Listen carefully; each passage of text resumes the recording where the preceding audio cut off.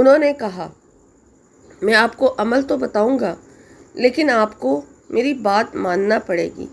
وہ کہنے لگی کہ آپ مجھے جو کہیں گے وہ مانوں گی۔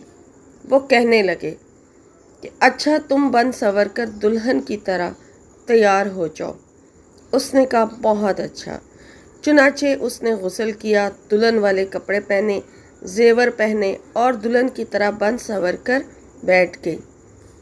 جب وہ دلہن کی طرح بن سنور کر بیٹھ گئی تو وہ صاحب ان کے بھائی کے گھر چلے گئے اور جا کر اس سے کہا، دیکھو میری کتنی عمر ہو چکی ہے اور اپنی بہن کو دیکھو وہ کیا بن کر بیٹھی ہوئی ہے۔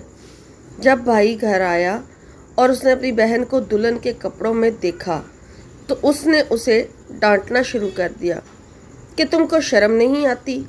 کیا یہ عمر دلہن بننے کی ہے؟ تمہارے بال